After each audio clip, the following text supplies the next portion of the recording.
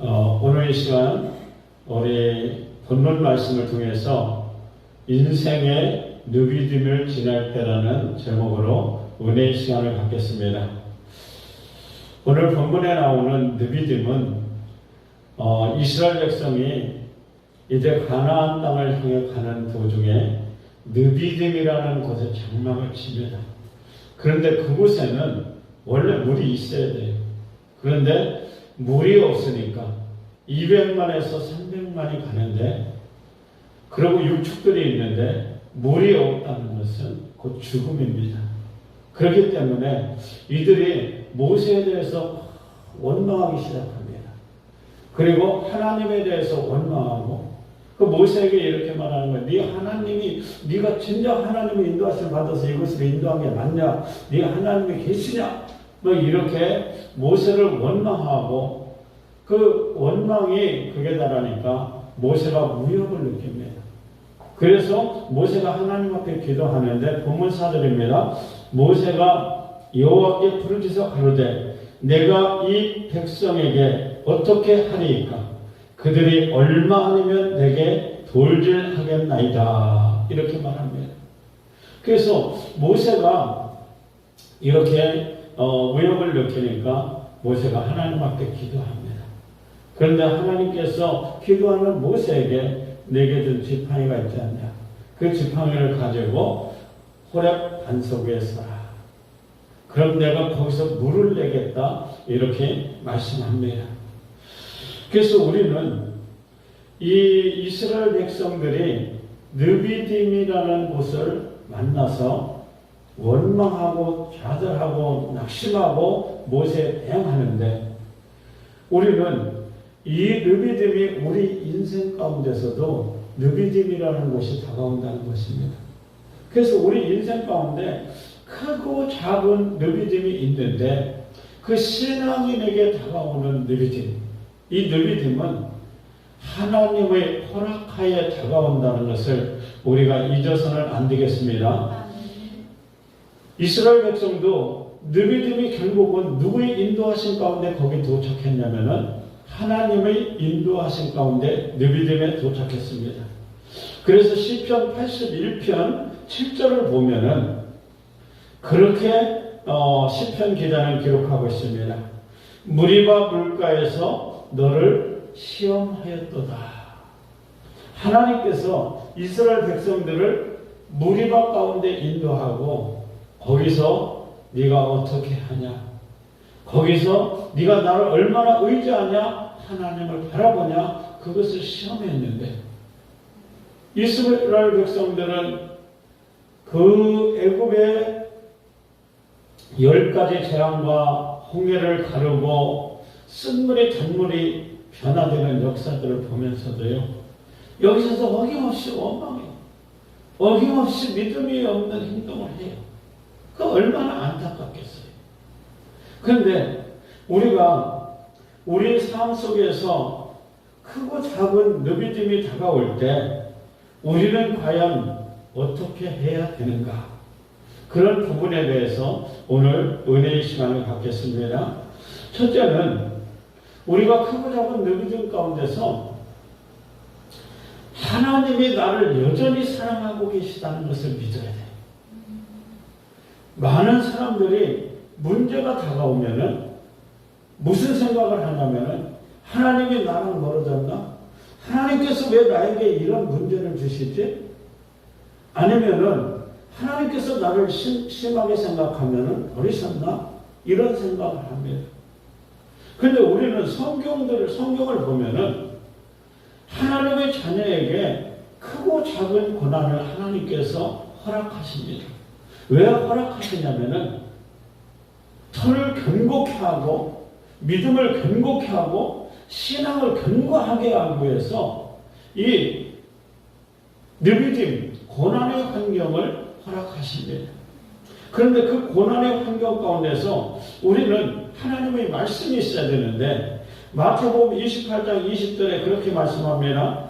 내가 너에게 분부한 모든 것을 가르쳐 지키게 하라. 볼지어다 내가 세상 끝날까지 너희와 항상 함께 있으리라. 우리가 진정 하나님의 자녀가 되었다면요, 우리는 세상 끝날까지 우리가 어떤 가운데서도 하나님께서 함께 하시는 줄 우리는 믿으시기 바랍니다. 다윗은 이 부분을 이렇게 고백해요. 내가 사망의 음침한 골짜기를 다닐지라도 해를 두려워하지 않을 것은 주께서 나와 함께 하시니라. 우리는 크고 작은 고난이 우리 가운데 다가오는데 그 고난이 다가오면은 신앙의 현주소가 드러납니다. 인격의 현주소가 드러납니다. 고난 가운데서요 다 드러나는 거예요. 평상시에는요 내가 믿음이 좋은 것 같이 행동할 수 있습니다. 대표 기도요 유창하게 할 수 있습니다. 그런데 진짜 나에게 이런 고난의 환경이 다가왔을 때 하나님께서는 그런 고난의 환경 앞에 나를 인도해 주시고 내가 어떻게 행동하는가, 내 마음이 어떤 마음인가를 하나님께서 살피신다는 것입니다. 우리는 지혜로운 자는 이 부분을 가슴에 새겨야 돼요. 아브라함은 처음에는 좌충우돌 하지만은 믿음이 자라서 독자 이삭을 바치라고 할 때 아브라함은 주저없이 나갔습니다. 왜? 여호와 이레의 하나님, 그분은 준비하시는 하나님이시기 때문에 우리는 우리 삶 가운데서요 우리 여러 가지 크고 작은 문제 가운데서 진짜 신앙인은 그 가운데서도 요셉과 같이, 그 가운데서도 다윗과 같이, 그 가운데서도 바울과 같이, 다니엘과 같이, 사드락과 메삭과 같이 하나님을 의지하고 나갈 수 있는 그런 신앙이 되어야 될 줄 믿습니다. 그런데 아무에게나 이런 신앙이 이렇게 주어지진 않아요. 내가 평상시 얼마나 하나님과 동행하는가. 내가 하나님을 체험해 본 사람들이요 고난이 와도 하나님이 나와 함께 하셔.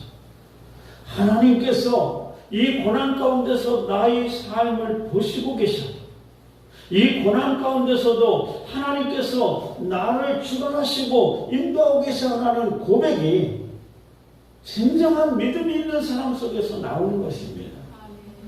지금 우리가 살아가는 이 시대는 믿음이 무너진 시대예요.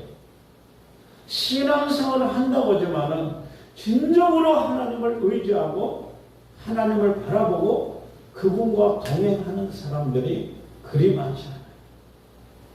우리는 이러한 가운데서 오늘 본문에 이스라엘 백성들이 느비듬으로 인도하고 하나님께서는 그 느비듬 가운데서 내가 어떻게 행동하냐는 것을 보시길 원하시는 것입니다.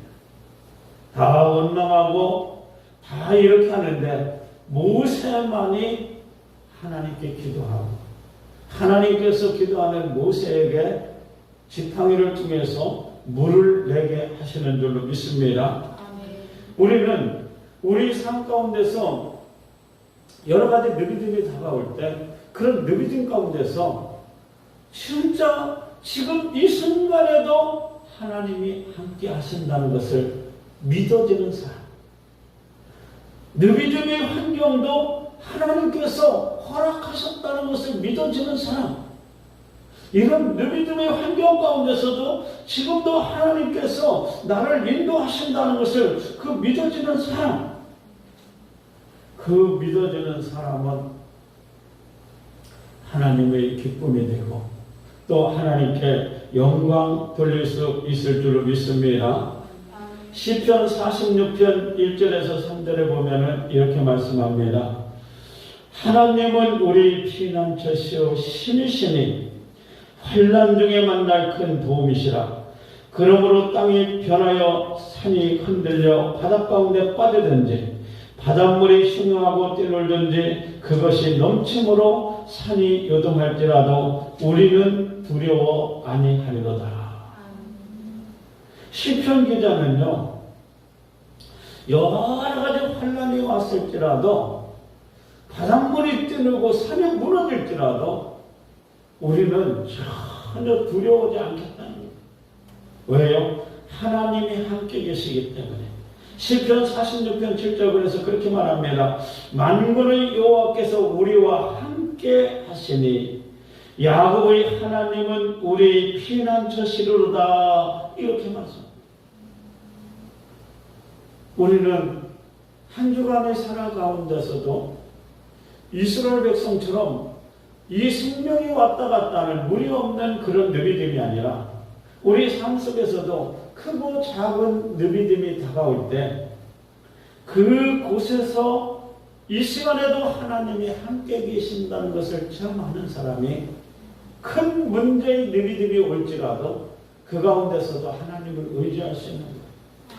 작은 것에 하나님을 의지하지 못하는 사람이 큰 것이 오면은 하나님을 의지할 수 있습니까? 아니요. 작은 것에도 하나님을 의지하고 하나님을 바라보고 기도하는 삶이 된다면은 그는 삶 속에서 어떠한 문제가 다가올지라도 신앙이 자라서 아브라함 같이 손에 잡히는 거 없고 눈에 보이는 거 없을지라도 하나님을 믿고 나가는 그런 믿음의 소유자가 될 줄로 믿습니다. 두 번째는 우리가 그런 믿음 가운데서 더욱 믿음으로 기도하며 예수님께 나아가야 됩니다. 시편 42편 1절에 보면은 하나님이 사슴이 시냇물을 하나님이여 사슴이 시냇물을 찾게 갈급한 같이 내 영혼이 주를 찾게 갈급하니이다. 이것이 시편 기자의 어떤 그 고난 가운데서 사슴이 시냇물을 찾게 갈급한 같이 내 영혼이 주를 찾게 갈급하니이다. 욥은요, 욥의 아내는 욥에게 그래요. 이래도 하나님을 믿겠냐? 하나님을 욕하고 죽으라 그렇게 하는데 이건 우매한데요. 전도서에 말씀하는 것처럼 하나님을 믿지 못하는데 욥은요 그런 큰 환난 가운데서도 이렇게 고백합니다. 나의 가는 길은 오직 그가 하시나니 그가 나를 단련하신 후에는 내가 정금같이 나오리라. 얼마나 아름다운 말입니까? 얼마나 멋집니까? 하나님께서 얼마나 기뻐하시겠어요? 그런 욥에게 하나님께서는 큰 축복을 더하시면서 욥에게 은혜를 주셔서 욥이 나중에 이런 고백을 합니다. 내가 기름 안 됐던 하나님을 눈으로 보게 되었나이다. 우리는 크고 작은 느비들 가운데서 내가 얼마나 하나님을 의지하느냐. 세상 것 바라보지 말고 누구도 의지하지 말고 하나님만을 의지할 수 있는 그런 삶이 되시기를 주의 이름으로 축원합니다. 다윗이 하루아침에 권력자 앞에 그렇게 나갈 수 있었던 것 아니에요. 다윗은 들에서 양을 치면서요 온전히 하나님을 의지하고 사자가 양을 물어가면 쫓아가서 사자 위에서 양을 끌어내고 사자를 쳐 죽이고 곰의 발톱에서 양을 끌어내고 그런 가운데서 삶 속에서 하나님의 함께 하심을 느낀 거예요. 그렇기 때문에 골리앗을 통해서 다 숨어 있을 때, 다 두려워 떨고 있을 때 다윗은 만군의 여호와 이름으로 나갈 수 있는 거예요. 그게 하루아침에 되지 않는다는 거죠. 그것이 삶 속에서 크고 작은 하나님을 체험해서 나오는 것인데 그렇게 체험하려면 우리는 크고 작은 믿음 가운데서 진정 온전히 하나님을 의지할 수 있는 그런 삶이 되어야 합니다. 그 교회만 왔다 갔다 하는 것이 아니라 내가 삶 속에서 하나님을 의지하고 하나님을 바라보는 훈련이 되어 있어야 됩니다. 그 훈련된 자는요 어떠한 가운데서도 흔들리지 않고 날마다 신앙이 자라서 하나님께 영광 돌릴 수 있는 삶이 될 줄로 믿습니다. 세 번째는 너희들 가운데서 감사를 잊지 말아야 됩니다. 하나님은 왜 우리에게 고난을 허락하시는지 너희들 가운데서 알아야 돼요. 그 너희들 가운데서 감사할 수 있는 사람이라면. 그런데 우리가 이 너희들 가운데서 어떻게 감사할 수 있겠어요? 하나님의 계획과 하나님의 뜻을 모르면 감사하지 못해요. 다윗이 압살롬이 반역해서 고난 가운데서 하나님 앞에 기도하잖아요. 그때 하나님의 계획을 압니다. 하나님의 뜻을 압니다. 그리고 다시 회복시킬 것도 압니다. 그때 다윗의 고백이 뭐냐면은 내가 왕궁의 포도주가 풍성할 때보다 지금 밖에 피난길이 더 하나님의 은혜를 느끼고 더 하나님께서 주시는 기쁨을 누리면서 간다는 얘기입니다.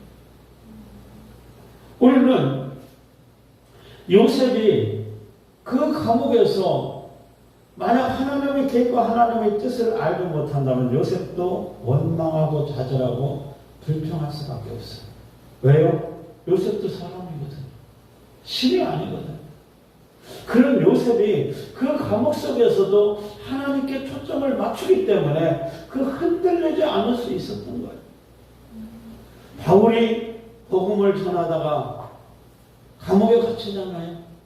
그런 감옥에 갇혔는데 그 감옥에서도 바울은 감사하라고 해요. 본인도 감사하기 때문에, 본인도 기쁨이 넘치기 때문에 내가 이렇게 결박된 것 외에는 당신들도 나와 같이 되기를 원한다고 바울은 담대하게 같은 거예요. 우리 신앙생활이 뭡니까? 세상 사람들은 고난 가운데서 호적거려도 믿음의 사람들은 그 고난 가운데서 하나님 앞에 감사할 수 있는 것이 신앙이에요. 그게 진정한 신앙. 그렇게 하려면은 하나님의 계획을 알아야 돼요. 오늘 본문 너비딤으로 인도하신 분은 누구예요? 하나님이십니다. 하나님이 왜 너비딤으로 인도하셨다고 기록했나요? 시편 기자가 그렇게 말해요. 너희를 시험했다는 거. 네 너비딤 가운데서 네가 어떻게 행동하냐를 하나님께서 보시기 위해서 너비딤 가운데 인도했다는 거.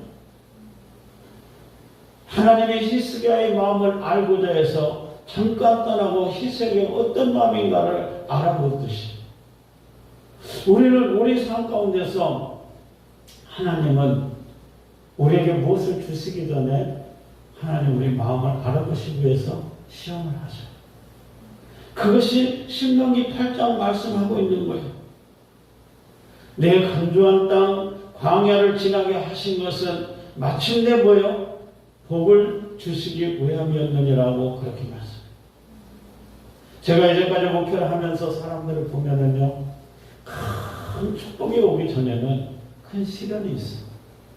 그 시련을 어떻게 통과하느냐에 따라서 하나님께서 예비해 주신 것들을 열어주시는 것입니다.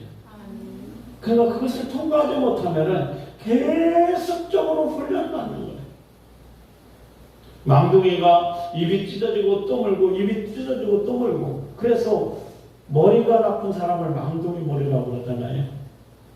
신앙도 지혜로워야 잘해야겠더라고요. 신앙도 지혜로워야 하나님의 뜻을 알고 그 가운데서 하나님의 기쁨이 되고 하나님께 영광 돌리는 삶이 될 줄로 믿습니다.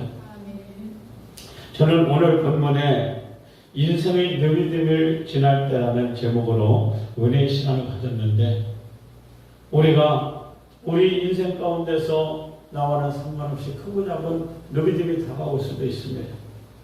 그런데 신앙으로서 이 가운데서 반드시 마음에 새겨야 될 것이 세 가지가 있는데 이 순간에도 하나님은 나와 함께 하시고 이 순간에도 하나님은 나를 보고 계시고 이 순간에도 하나님은 나를 도와주시길 원하시고 이 순간에 하나님께서는 기도하기를 원하신다는 거예요. 기도가 뭐예요? 하나님을 찾는 거예요. 고난 가운데서 하나님을 찾는 거예요. 사슴이 시냇물을 찾듯이 우리는 하나님을 찾을 수 있는 그러한 훈련된 신앙인이 되시기를 주의 이름으로 축원합니다. 또한 우리가 크고 작은 누비들 가운데서요, 반드시 감사를 잊어버리면 안 돼요. 예레미야서 30장에 보면요, 하나님께서 감사하는 자를 회복시키시고 감사하는 자의 자녀를 하나님께서 번성케 한다고 그렇게 말씀합니다. 그들이 하나님이 되겠다고 말씀합니다. 그런데 많은 사람들 고난의 환경이 다가오면은 이 감사를 잊어버려요. 왜 잊어버리느냐? 왜 나에게 이런 것이 다가왔지? 접근부터 틀리는 거예요. 접근부터. 진짜 감사하는 사람은요, 이 고난도 하나님이 허락하셨기 때문에 왔다는 접근부터 달라요. 그리고 이 가운데서도 하나님이 나를 사랑하시기 때문에 하나님의 말씀이 있어야 돼요. 우리 베드로 전서 5장 10절에 모든 은혜의 하나님 그리스도 예수 안에서 너희를 부르사 자기의 영원한 영광에 들어가게 하시니가 고난받은 너희를 친히 온전케 하시며 굳게 하시며 강하게 하시며 너를 견고케 하시며 이렇게 말씀합니다. 그리고 네가 나와 함께 영광을 받기 위해서 고난도 받아야 될 것이니라 그렇게 말씀하지 않습니까? 우리는 우리 삶 가운데서 크고 작은 느비님이 다가올 때 꼭 우리는 잊지 말아야 되겠습니다. 무엇을요? 첫 번째 한번 얘기해 봅시다. 지금 이 순간에도 나와 함께 하시는 하나님. 두 번째는 지금 이 순간에 하나님께서는 기도하기를 원하시는 하나님. 어떻게 기도해요? 사슴이 시냇물을 찾기에 갈급함같이 하나님께서는 기도하기를 원하십니다. 세 번째는 뭐예요? 이 모든 것이 하나님의 섭리 안에 이루어지기 때문에 또 이 고난은 하나님께서 나를 책망하기보다는 나를 더 견고하게 더 은혜 가운데 거하기 위해서 이 고난을 주셨다는 것을 알 때 하나님께 감사하고요. 하나님이 나를 버리지 않고 나를 지금 인도하시고 간다는 것을 알기 때문에 하나님 앞에 감사한 거예요. 다윗은 그렇게 고백합니다. 주의 지팡이와 막대기가 나를 안위하신다고 이렇게 말씀합니다.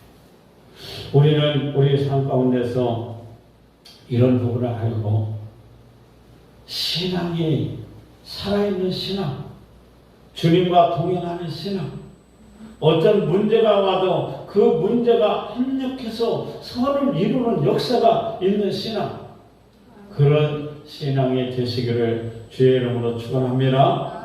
우리 오늘 시간 다 같이 기도하겠습니다.